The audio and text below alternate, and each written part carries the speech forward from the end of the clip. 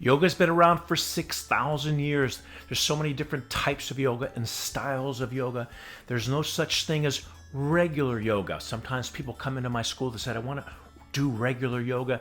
No such thing. The type of yoga that I do, we've nicknamed Hot Yoga. It comes from Vishnu Ghosh, passed on to Bikram Yoga, and then I'll explain to you in this video exactly what that is and what is the Barkan Method and how I came up with my own sequence of postures.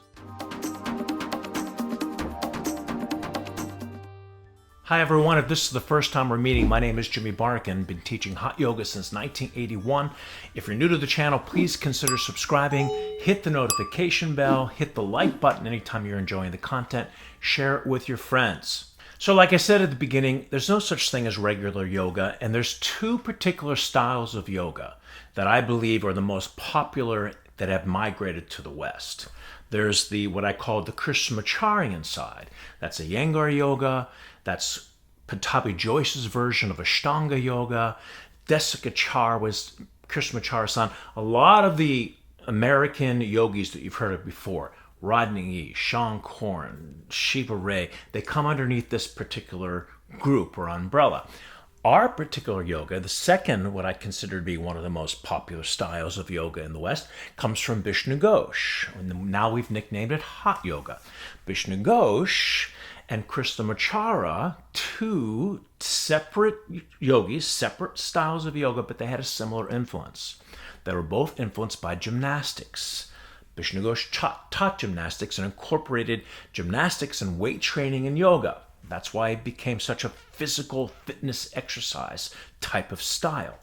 Krishnamacharya, he taught adjacent to a gymnasium, and he was also, all the jump backs, the arm balancings were definitely inspired by gymnastics. So two similar influences, but different styles of yoga.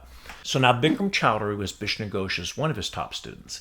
He came to the United States and he cut out the gymnastics, cut out the weight training and just focused on yoga. And he created a 26 posture, 2 breathing exercise sequence that's now known as Bikram Yoga. I happen to be Bikram's most senior teacher. So we split in 2002, and I haven't made that video yet. I promised that I would talk about the whole split between me and Bikram. It's an emotional video, and I'm delaying it for a reason. And I'm delaying it because I've shared it with my teacher's training program people, but I haven't shared it with the world yet, so I'm still not ready yet. But I will one of these days. It's emotional. Anyway, Bikram and I split in 2002. And what I noticed in his sequence, his 26 posture, 2 breathing exercise sequence, was that it lacked upper body strength in hip openers. So I wanted to include upper body strength and hip openers into my sequence. Well, back in the late 1990s, they started doing all these yoga conferences, Yoga Journal, Omega, Johnny Kest had a conference in the Midwest, and I went out to represent Bikram and Bikram Yoga as the most senior teacher. Even though, and I've talked about this in other videos, Emmy Cleaves was also a mentor of mine, was definitely more of a senior teacher than I was, but I was really out there on the circuit representing Bikram, so he gave me that title. So, and I love Emmy Cleaves, and she, like I say, she taught me the advanced class. She taught me many of the advanced postures, and she's an extraordinary yogini. She was teaching the advanced class in her 90s, for goodness sakes. So I was influenced by a lot of these teachers that I mentioned before. Sean Corn, Rodney Yee, Shiva Ray, and Shiva Ray especially and Sean Corn did a vinyasa style of yoga. Even though Bikram starts his advanced class in a vinyasa format, they just don't call it that. But they would do postures like upward dog, downward dog that weren't from our lineage. That came more from the southern part of India, down by Mysore, in the middle part of India, where we didn't do upward dog, downward dog. And that's how they break up the vinyasa. And I said to myself, okay, from downward dog, they would step up into their pose that I didn't know, was an expert at. How can I incorporate our postures in this particular format? And that's when the light bulb went off. We can now step up into our particular triangle, our warrior two, our particular pose, standing separately, head to knee. And that's when the sequence of vinyasa started to take shape and form.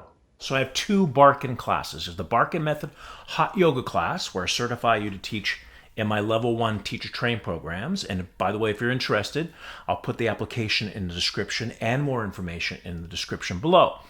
I also have the Vinyasa class I was just talking about, where I certify you to teach that in my level 2 and 3 trainings. Also, I'll put more information in the descriptions below if you're interested in our training. And I've been doing the training since 2003, and I've been very proud to say we're all over the world, the Barkan classes, in Japan, and Australia, and Switzerland, and Iceland, and Hungary, to name a few. Sorry if I left out your country, and all over the United States. And when I first broke from Bikram, we just called it Jimmy Yoga. It was my own interpretation, my own particular ideas.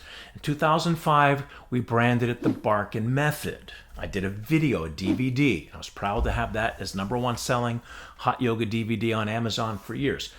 The producer of the DVD was a musician, rock star named Chad Taylor. He was in a group called Live. They were huge in the late 1990s.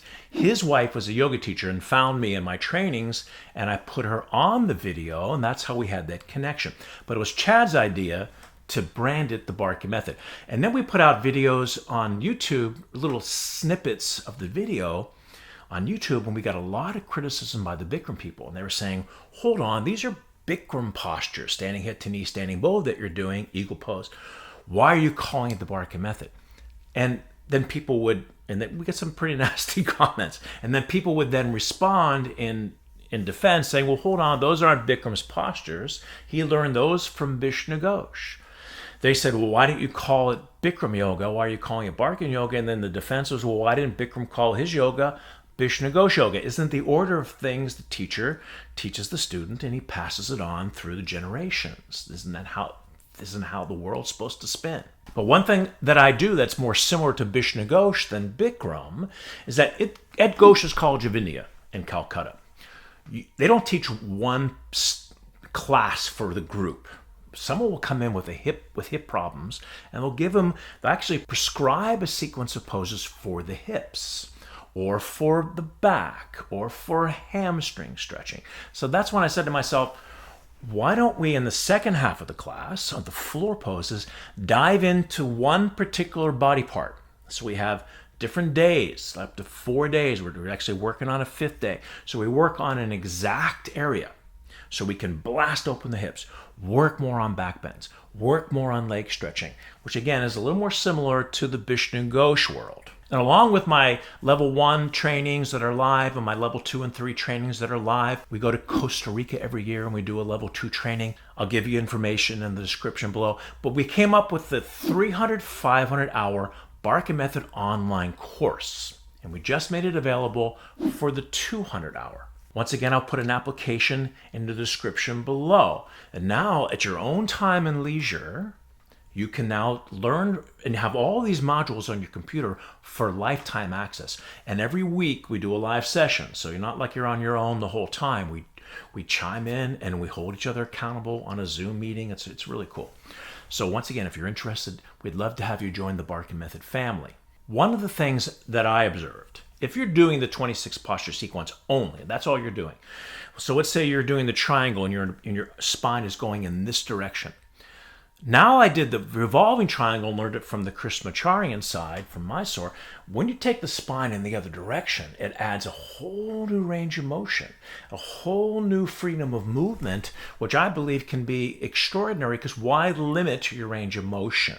So I then started to incorporate postures that I learned from other teachers like Sean Corn and Shiva Ray and put them into my sequence. But I still consider myself very much connected to our lineage of Vishnu Ghosh and Bikram. That's pretty much 70% of what I do. But 30, maybe 25%, I borrowed from the other styles of yoga to once again add more variety, more range of motion for the body. I think that variety makes all the difference. So in conclusion, I feel that I'm very much connected to the Vishnu Ghosh Bikram lineage.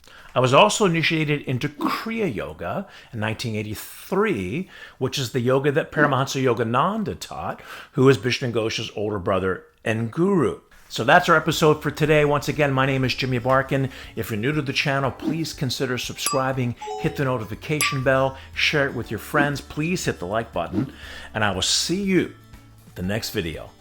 Bye, everyone.